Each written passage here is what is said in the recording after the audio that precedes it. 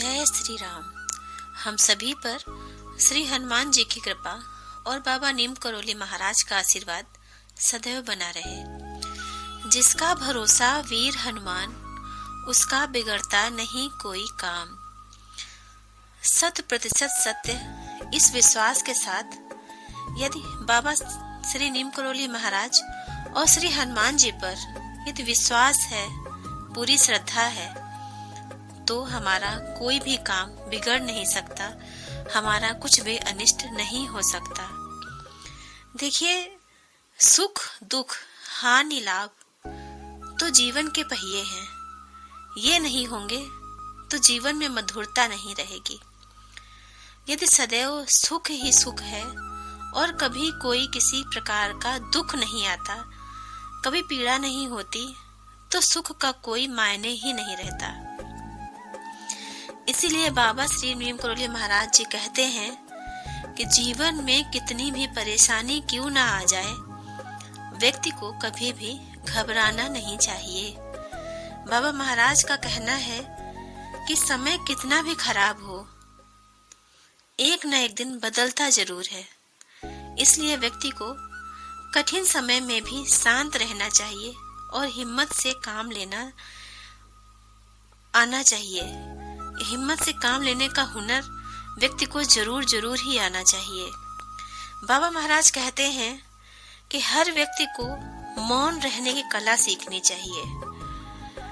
मौन रहने से ऊर्जा की हानि नहीं होती और अंतर मन में ऊर्जा एकत्र होती है, और समय आने पर जब हम उस ऊर्जा का प्रयोग करते हैं तो अधिक प्रभाव पड़ता है।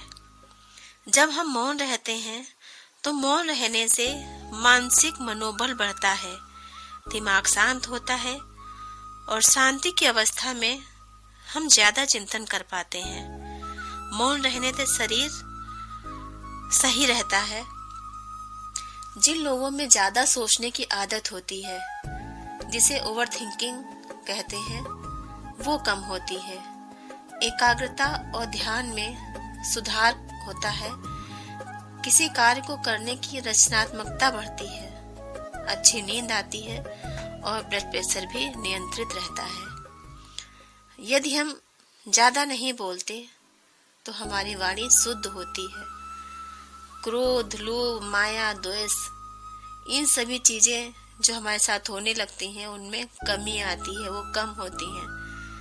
बाबा श्री नीम करोली महाराज जी कहते हैं कि कम बोलने वाले व्यक्ति की आध्यात्मिक प्रगति ज्यादा होती है, आध्यात्मिक शक्ति बढ़ती है, वाक शक्ति बढ़ती है, शरीर में ऊर्जा बढ़ती है।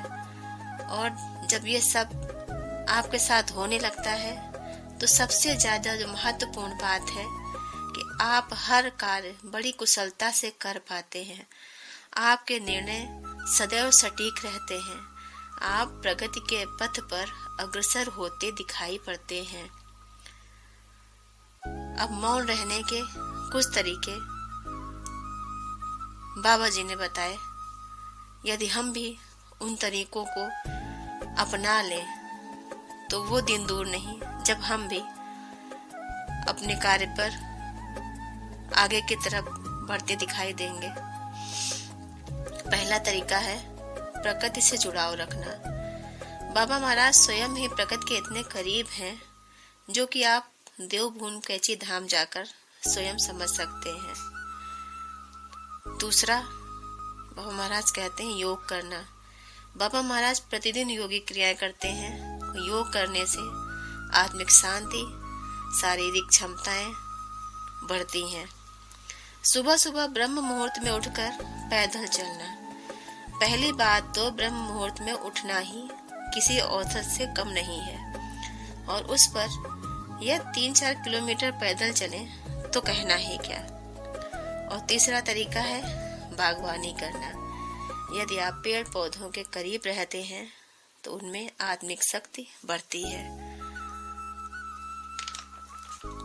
और सबसे जरूरी बात बाबा जी कहते हैं, जो सबसे बड़ा ज्ञान बाबा जी ने दिया है, बाबा जी का कहना है विद्वान चुप रहते हैं, समझदार बोलते हैं, और अज्ञानी अकारण बहस करते हैं। इसलिए जीवन में यदि कभी भी अकारण वाद विवाद की स्थिति उत्पन्न होने लगे तो सबसे अच्छी औषधि है मौन धारण करना।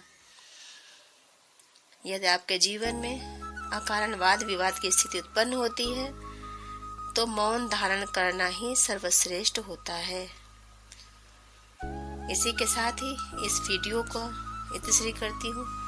यदि आपको वीडियो अच्छा लगे तो प्लीज़ चैनल को सब्सक्राइब कर दीजिए, वीडियो को और लोगों तक भी भेज दीजिए जिससे कि और लोग भी इसका लाभ प्राप्त कर सके। मिलते हैं अगले वीडियो में। धन्यवाद।